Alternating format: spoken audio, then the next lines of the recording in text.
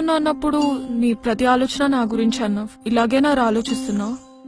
నీ ప్రతి అడుగు నా వైపే అన్నావు. ఇలాగే నా స్పై చేస్తున్నావు. రాకేష్, నీకు ముందే చెప్పాను, నిన్ను ప్రేమించడం ముఖ్యం కానీ అదందరికీ చూపించడం ఇష్టం కాదు అని. వేరెవరికైనా కష్టం వస్తే ఖర్చు ఇచ్చేసి వచ్చేస్తాను. అదే నీకేమన్నా అయితే కనపడకుండా కన్నీళ్లు పెట్టుకుంటాను. వాడెవడో కాస్ట్లీ గిఫ్ట్స్ ఇచ్చాడని నువ్వు అంతకంటే కాస్ట్లీ గిఫ్ట్స్ ఇవ్వాలని నేను అనుకోవట్లేదు. కోట్లు సంపాదించి కాళ్ళలో తిప్పాలని నేను నిన్ను ప్రేమించలేదు. కళ్ళలో పెట్టుకుని చూసుకుంటావని ప్రేమించాను రాకేష్. అయినా ఇద్దరు మనుషులు కలిసి ఉండాలంటే కావాల్సింది ఒకరి మీద ఒకరికి నమ్మకం రాకేష్.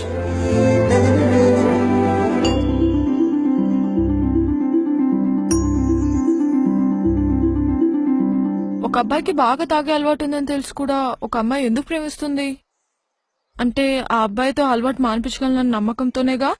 ఒక అమ్మాయి 6 మందితో క్లోజ్ గా ఉన్న అబ్బాయి తనని ఇష్టపడుతున్నాడు అంటే ఆ అమ్మాయి తనదే అనుకుని తను తప్పు చేయదు అన్న నమ్మకంతోనే. ఆ నమ్మకాన్ని ఒమ్ముపాలు చేయను నేను ఎప్పుడు. అందుకే నువ్వు ఏ అమ్మాయితో మాట్లాడినా నేనెప్పుడు క్వశ్చన్ చేయను, కోప్పను.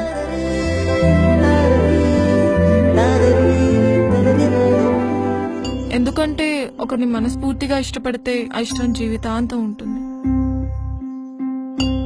రే, నాకు ఒక విషయం చెప్పు. ఇప్పుడు మీ ఇంటికి చుట్టాలు వచ్చారని మీ అమ్మ వాళ్ళకి ఎక్కువ వడ్డిస్తే నీకంటే వాళ్ళు ఎక్కువనా?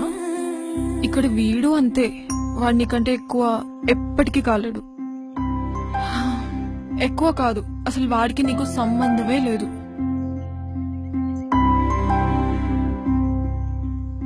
చూడ్రా, నువ్వు అడిగావని అలగను, ఆరాధిస్తున్నావని అరవను, ఆలోచిస్తాను.